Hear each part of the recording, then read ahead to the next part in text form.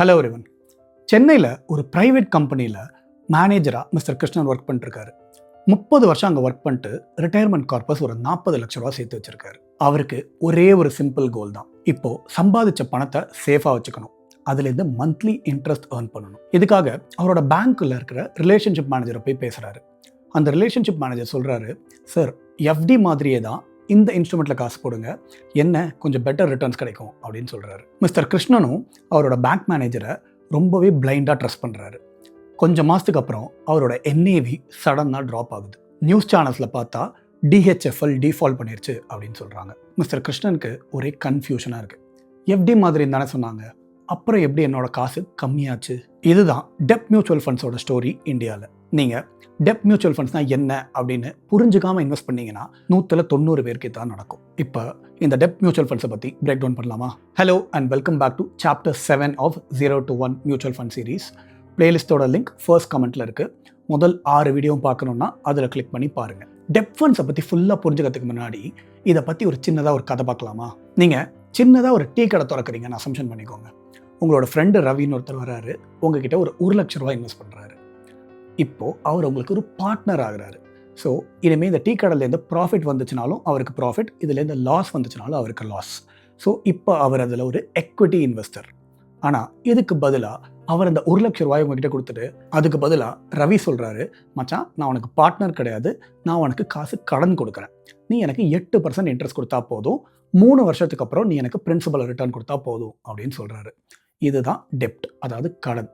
டெப்ட் ஃபண்ட்னாலும் அதே தான். எக்விட்டியில் நீங்கள் பிஸ்னஸ் ஓனர், ஆனால் இங்கே நீங்கள் பிஸ்னஸ் ஓனர் கிடையாது, நீங்கள் ஒரு சைலண்ட் லெண்டர். நீங்கள் அந்த டீ கடை பெருசாக க்ரோ ஆகுமா ஆகாதா அப்படிங்கிறதெல்லாம் உங்களுக்கு கவலை கிடையாது. நீங்கள் அவர் உங்களோட ஃப்ரெண்டு அப்படிங்கிறதுனால அந்த நம்பிக்கையில் உங்களுக்கு ரீபேமெண்ட் கிடைக்கும் அப்படிங்கிற நம்பிக்கையில் காசை கொடுக்குறீங்க. அதுதான் டெப்ட்டுக்கும் எக்விட்டிக்கும் இருக்கிற பெரிய வித்தியாசம். இப்போ அடுத்து நீங்கள் இப்போ ஒரு 10,000 ரூபா இன்வெஸ்ட் பண்ணுறீங்கன்னு இமேஜின் பண்ணிக்கொள்ளுங்க. அந்த 10,000 ரூபா ஸ்ட்ரெயிட்டாக கவர்மெண்ட் ஆஃப் இந்தியாவோட இன்ஃப்ராஸ்ட்ரக்சருக்கு போகலாம், இல்லை டாடா கேபிட்டலோட ஒர்க்கிங் கேபிட்டலுக்கு போகலாம், அவங்களோட பிஸ்னஸை டெவலப் பண்ணுறதுக்கு. ஒரு பெரிய என்பிஎஃப்சியோட ஷார்ட் டேர்ம் பாரோயிங்க்கு கூட நீங்கள் கொடுக்குற காசு போகலாம். நீங்கள் இங்கே பேங்க் மாதிரி பிஹேவ் பண்ணுறீங்க. ஆனால் இங்கே பெரிய வித்தியாசம் என்ன அப்படின்னா, நீங்கள் இதை பர்சனலாக எதையும் அனலைஸ் பண்ணல. உங்களுக்கு பதிலாக ஒரு ஃபண்ட் மேனேஜர் எந்தெந்த கம்பெனி கடன் கொடுக்கலாம் அப்படிங்கிறத அனலைஸ் பண்ணுறாரு. ஆனால் இங்கே பெரிய ட்விஸ்ட் என்ன அப்படின்னா, பாரோவர் ஸ்ட்ராங்காக இருந்தாங்கன்னா உங்களுக்கு ஸ்மூத்தாக இன்ட்ரெஸ்ட் கிடைக்கும், அதே பாரோவர் வீக்காக இருந்தால் கதையே வேறு. இங்கே தான் ஃபண்ட் மேனேஜரோட ரோல் ரொம்பவே முக்கியம். அவங்க 100 கம்பெனி 200 கம்பெனி அனலைஸ் பண்ணி யார் யார்கிட்ட ரேட்டிங் நல்லா இருக்குது, யார் திரும்ப நம்ம காசை கொடுப்பாங்க அப்படின்னு அனலைஸ் பண்ணி உங்களோட காசை பிரித்து 100 கம்பெனிலையோ 50 கம்பெனிலையோ 30 கம்பெனிக்கோ கடனாக கொடுப்பாங்க. ஸோ இப்போ 1-2 அங்கே டிஃபால்ட் ஆனால் கூட உங்களோட கேபிட்டல் ரொம்ப பெருசாக அஃபெக்ட் ஆகாது. அதனால தான் எக்விட்டியை கம்பேர் பண்ணும்போது டெப்டில் உங்களோட ரிஸ்க் கொஞ்சமே கம்மின்னு சொல்லுவாங்க. அடுத்தது, யார் யாருக்கெல்லாம் டெப்ட் ஃபண்ட்ஸ் ரொம்ப பிடிக்கும்? கண்டிப்பாக கேம்பிள் பண்ணுறவங்களுக்கு பிடிக்கவே பிடிக்காது. ஏன்னா நீங்கள் ஸ்டாக் மார்க்கெட்டில் டைரெக்டாக காசு போடல. அதே மாதிரி ஸ்டாக் மார்க்கெட்டில் அடிக்ஸாக இருக்கிறவங்களுக்கு கண்டிப்பாக பிடிக்காது. ஆனால் ஜென்ரலாக பார்த்தீங்கன்னா இந்த டெப்ட் ஃபண்ட்ஸை ஒரு ரிட்டையர்மெண்ட் கார்பஸ் வச்சுருக்கிறவங்க ரொம்பவே நல்லா யூஸ் பண்ணுவாங்க. இல்லை ஒரு கன்சர்வேட்டிவ் இன்வெஸ்டராக இருக்காங்க, எனக்கு பெருசாக ஃப்ளக்சுவேஷன்ஸ் தேவையில்லை, ரிட்டர்ன்ஸ் கொஞ்சம் இருந்தால் போதும் அப்படின்னு இருக்கிறவங்க பண்ணுவாங்க. இல்லை எமர்ஜென்சி ஃபண்டை பார்க் பண்ணுறதுக்காக வச்சுருக்கிறவங்க சில பேர் இன்வெஸ்ட் பண்ணுவாங்க. இதுவும் இல்லையா, எனக்கு கொஞ்சம் ஷார்ட் டேர்ம் கோல்ஸ் இருக்குது, அதை அச்சீவ் பண்ணணும், எனக்கு அதுக்கு ஒரு 1 வருஷம் 1.5 வருஷம் இல்லை 6 மாதம் டைம் இருக்குது அப்படின்னு இருக்கிறவங்க இதில் கொஞ்சம் காசை பார்க் பண்ணி வைப்பாங்க. அதுக்கு தான் எஃப்டி இருக்கே அப்படின்னு கேட்டிங்கன்னா, ஹிஸ்டாரிக்கலி பார்த்தீங்கன்னா எஃப்டியை தாண்டி உங்களுக்கு டெப்ட் ஃபண்ட்ஸ் கொஞ்சம் அதிகமாகவே, அதாவது ஒரு 1-2% அதிகமாகவே வருஷம் ரிட்டர்ன்ஸ் கொடுத்துட்டு இருந்திருக்கு. எஃப்டி ஒரு 6% ரிட்டர்ன் கொடுத்துச்சுன்னா உங்களுக்கு டெப்ட் ஃபண்ட்ஸ் ஒரு 7-8% வரைக்கும் ரிட்டர்ன்ஸ் கொடுத்துருக்கு. இந்த 1% என்னடா பெரிய வித்தியாசம் ஏற்படுத்த போகுது அப்படின்னு கேட்டிங்கன்னா, ஹிஸ்டாரிக்கலி இந்த 1% ஒரு 5 வருஷம் 7 வருஷம் 10 வருஷம் போகும்போது உங்களுக்கு காம்பவுண்ட் ஆக ஆரம்பிக்கும். அங்கே உங்களுக்கு வித்தியாசம் பெருசாகவே தெரியும். ஆல்சோ எஃப்டியில் ஒரு சின்ன லிக்விடிட்டி பிரச்சனையும் இருக்குது. நீங்கள் ஒரு 5 வருஷத்துக்கு எஃப்டியை போட்டு 2.5 வருஷத்தில் போய் அதை பிரேக் பண்ணிங்கன்னா உங்களுக்கு அங்கே பெனால்ட்டி போடுவாங்க. அதே நீங்கள் ஒரு டெப்ட் ஃபண்டில் போட்டிங்கன்னா உங்களுக்கு T+2 days தான்.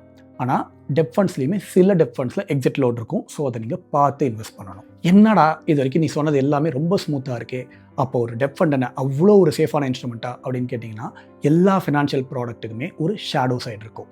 அதை பற்றி பார்க்கலாம். இப்போது நம்ம திரும்ப மிஸ்டர் கிருஷ்ணனோட எக்ஸாம்பிள்கே போவோமா? அவர் இன்வெஸ்ட் பண்ணது பார்த்தீங்கன்னா ஒரு கிரெடிட் ரிஸ்க் ஃபண்ட். நேம் ரொம்ப சேஃபாக சூப்பராக சவுண்டாக இருக்குல்ல, ஆனால் அங்கே தான் பிரச்சனையே இருக்குது. அந்த ஃபண்டோட ஆக்சுவல் மீனிங் என்ன அப்படின்னா, நாங்கள் கொஞ்சம் ரிஸ்கியான கம்பெனிஸ்க்கு கொஞ்சம் ஹையர் ரிட்டர்ன்ஸ்க்காக கடன் கொடுக்குறோம் அப்படின்னு சொல்கிறது தான். ஹையர் ரிட்டர்ன்ஸ் இருக்குது அப்படின்னாலே அங்கே கண்டிப்பாக ஒரு ஹிடன் காஸ்ட் இருக்கும். ஃபார் எக்ஸாம்பிள் டிஹெச்எஃப்எல் டிஃபால்ட் பண்ணுது, அதனால் அந்த பாண்டோட வேல்யூ ஹெவியாக கிராஷ் ஆச்சு, அவங்களோட என்ஏவி ட்ராப் ஆகிட்டே இருந்துச்சு. இதனால் அவங்களுக்கு கேபிட்டல் லாஸ் நிறையா இருந்துச்சு.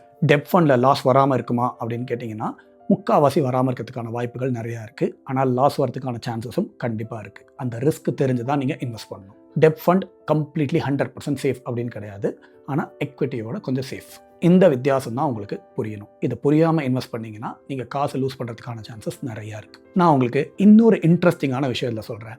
உங்களுக்கு யாருமே டிஃபால்ட் பண்ணாமல் இருந்தால் கூட டெப் ஃபண்ட்ஸில் காசு கம்மியாகிறதுக்கான வாய்ப்புகள் நிறையா இருக்குது. ஆமாம், எக்ஸாம்பிளுக்கு 2022 ஆர்பிஐ இன்ட்ரெஸ்ட் ரேட்ஸை இன்க்ரீஸ் பண்ண ஆரம்பித்தாங்க. எதுக்காக? இன்ஃப்ளேஷன் ரொம்ப ஹையாக இருந்துச்சு. இதனால் புதுசாக வந்த பாண்ட்ஸ் எல்லாமே ஹையர் இன்ட்ரெஸ்ட் ரேட்ஸ் கொடுக்க ஆரம்பிச்சது. இதனால் பழைய பாண்ட்ஸ் எல்லாமே லோவர் இன்ட்ரெஸ்ட்டாக மாற ஆரம்பிச்சது. ஸோ இப்போ மார்க்கெட் என்ன பண்ணும்?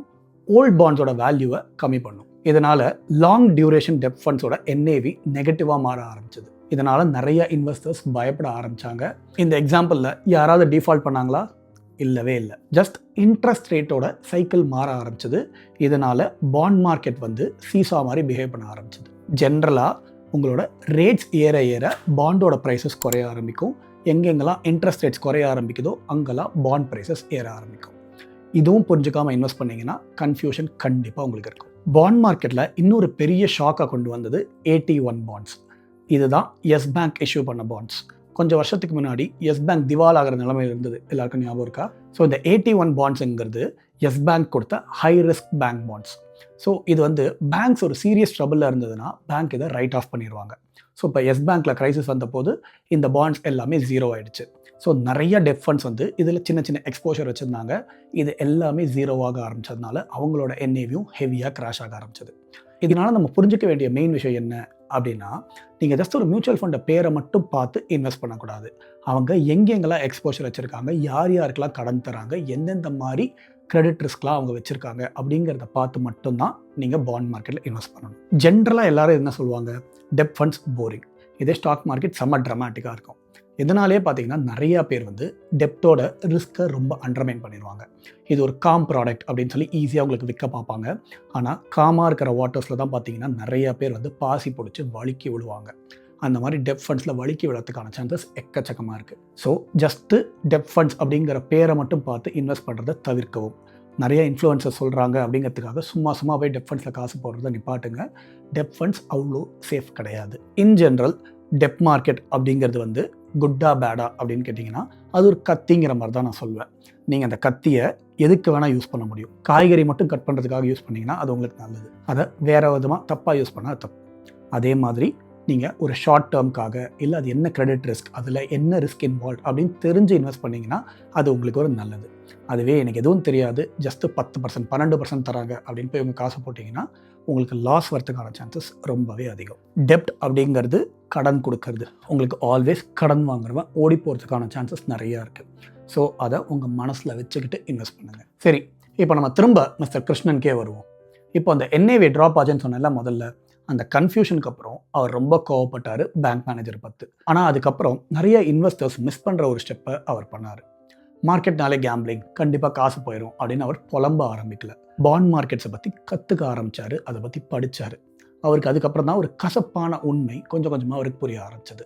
அந்த ஃபண்டு ஒரு ஸ்கேம் கிடையாது. அவங்களோட ஸ்கீம் டாக்குமெண்ட்டில் தெளிவாக போட்டிருக்காங்க, ரிஸ்கி பாரோவர்ஸ்க்கு அதிகமான ரேட் ஆஃப் இன்ட்ரெஸ்ட்காக நாங்கள் கடன் கொடுக்க போகிறோம் அப்படின்னு. இங்கே அவர் பண்ண ஒரே ஒரு தப்பு, அந்த பேங்க் மேனேஜரை அப்படியே நம்பினது.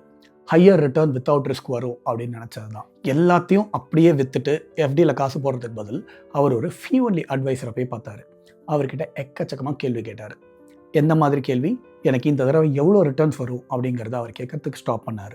அதுக்கு பதில் இந்த மியூச்சுவல் ஃபண்ட் யாருக்கு லெண்ட் பண்ணுறாங்க, அவங்களோட கிரெடிட் ரேட்டிங் என்ன, இதுக்கான டியூரேஷன் எவ்வளோ, இன்ட்ரெஸ்ட் ரேட் ஏறுச்சுனாலோ இறங்குச்சுனாலோ என்னோட இந்த மியூச்சுவல் ஃபண்டுக்கு என்ன நடக்கும், இந்த மாதிரி கேள்வி அவர் கேட்டு நிறைய தெரிஞ்சுக்க ஆரம்பித்தார். அதுக்கப்புறம் ஒரு short duration high quality debt ஃபண்டில் கொஞ்சம் காசை பார்க் பண்ணார். கவர்மெண்ட்டோட ஜிசெக் அண்ட் T-பில்ஸில் கொஞ்சம் காசை போட்டார். மிச்ச காசை எஃப்டியில் போட்டார். இந்த அலோகேஷன் அவருக்கு பெருசாக எக்ஸைட்மெண்ட் தரல, ட்ரமாட்டிக்கல் ரிட்டர்ன்ஸ் தரல. ஆனால் மன நிம்மதியை ரொம்பவே நிறையா தந்துச்சு. நைட்டு நிம்மதியாக தூங்க ஆரம்பித்தார். ஜென்ரலாக நம்ம எல்லாரோட எக்ஸ்பெக்டேஷன் என்ன? எஃப்டி அளவுக்கு நம்ம காசு சேஃபாக இருக்கணும், எக்விட்டி அளவுக்கு ரிட்டர்ன்ஸ் இருக்கணும், ஜீரோ வாலட்டிலிட்டி இருக்கணும். முதல்ல எஃப்டியே சேஃப் கிடையாது, அதை நம்ம இன்னொரு நாள் பேசுவோம். ஆனால் இதெல்லாம் ஒரே ப்ராடக்டில் கடல்லே இல்லையா. டெப் ஃபண்ட்ஸ் ஹீரோவும் கிடையாது, வில்லனும் கிடையாது. இது ஒரு டூல். இதை கரெக்டாக யூஸ் பண்ணோன்னா ஸ்டெபிலிட்டி, தப்பாக யூஸ் பண்ணால் ஷாக். இவ்வளோ தான் சிம்பிள். மிஸ்டர் கிருஷ்ணனுக்கு அதிக ரிட்டர்ன்ஸ் தேவைப்படல, கரெக்டான நாலேஜ் தேவைப்படுது. உங்களுக்கும் அந்த நாலேஜ் இந்த வீடியோவில் கிடச்சிருக்கும்னு நம்புகிறேன். அடுத்த வீடியோவில் எக்விட்டியும் டெப்டையும் எப்படி கம்பைன் பண்ணி ஒரு ஹைப்ரிட் ஃபண்ட்ஸில் இருக்குது, அந்த ஹைப்ரிட் ஃபண்ட்ஸில் என்னென்ன ரிஸ்க் இருக்குது, என்னென்ன ரிவார்ட்ஸ் இருக்குது அப்படிங்கிறத பற்றி தெளிவாக பார்ப்போம். இது வரைக்கும் நீங்கள் சப்ஸ்கிரைப் பண்ணலன்னா மறக்காமல் சப்ஸ்கிரைப் பண்ணிடுங்க. I will see you all in the next video. அது வரைக்கும் ta-ta, bye bye and happy investing.